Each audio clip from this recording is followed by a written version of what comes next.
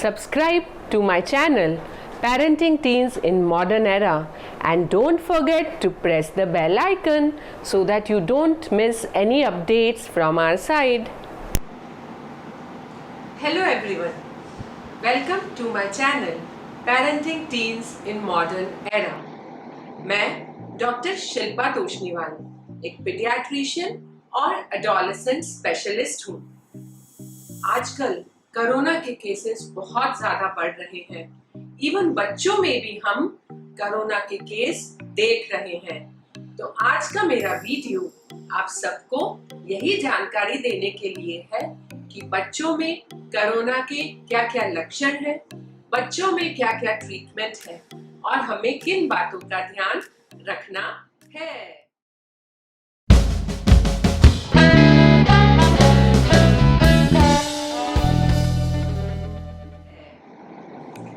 तो सबसे पहले ये सेकेंड वेव में बच्चों में कोरोना का केस बहुत बढ़ रहे हैं। ऐसा क्यों हो रहा है? सबसे पहला कारण क्योंकि हम सब बहुत रिलैक्स हो गए थे। बच्चों के school, tuitions, extra classes start हो गए थे। बच्चों के साथ हम ट्रैवल करने लग गए थे। शाम को बच्चों को बाहर ले जाना, गार्डन में ले जाना, ये सब भी चालू हो गया था।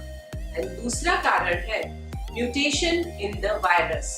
जी हाँ, कोरोना के वायरस में कुछ ऐसे म्यूटेशन या सादे शब्दों में बोलूं तो कुछ ऐसे चेंजेस हुए हैं कि ये बच्चों को भी संक्रमित कर रहे हैं। अब बच्चों में सिम्टम्स क्या क्या होते हैं? बच्चों में भी बड़ों की तरह बुखार, सर्दी, खांसी, गले का दर्द ये लक्षण होते हैं। बच्चों में दस्त, उल्टी, पेट दर्द ये लक्षण भी हो सकते हैं।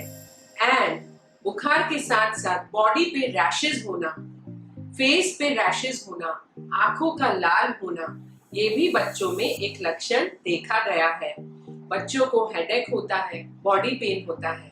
जी हाँ, ये सब लक्षण है कोरोना के बच्चों में।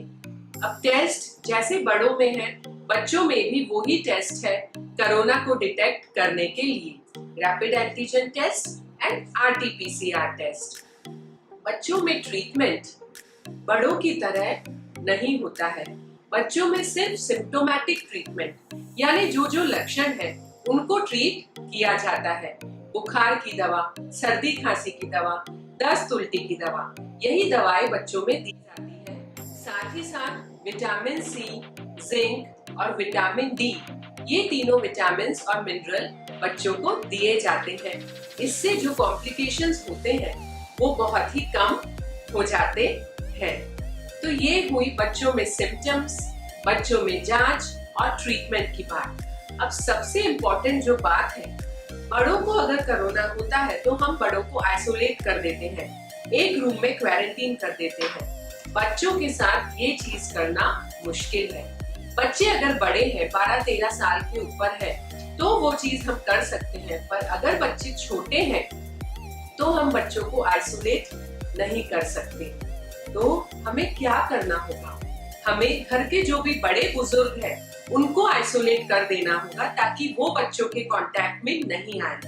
एंड पेरेंट्स जो बच्चों के कांटेक्ट में है, हो सके तो दोनों में से एक ही पेरेंट या कोई भी एक फैमिली का पर्सन ही बच्चे का केयर टेकर बने।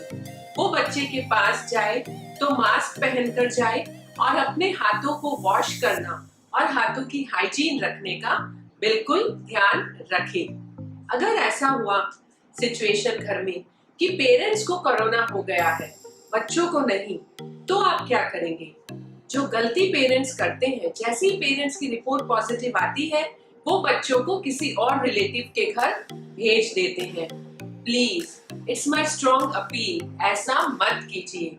बच्चे ऑलरेडी आपके कांटेक्ट में आ चुके हैं। अगर आप बच्चों को कहीं और भेजते हैं तो बच्चे वहां पे कोरोना स्प्रेड कर सकते हैं, क्योंकि बच्चों में वायरल लोड ज्यादा होता है। बच्चे सुपर स्प्रेडर होते हैं, इसलिए बच्चों को अपने साथ ही रखिए। आप प्रॉपर मास्क पहनकर रखिए और अपने हाथों की हाइजीन का ध्यान रखिए। Yes, it is very important.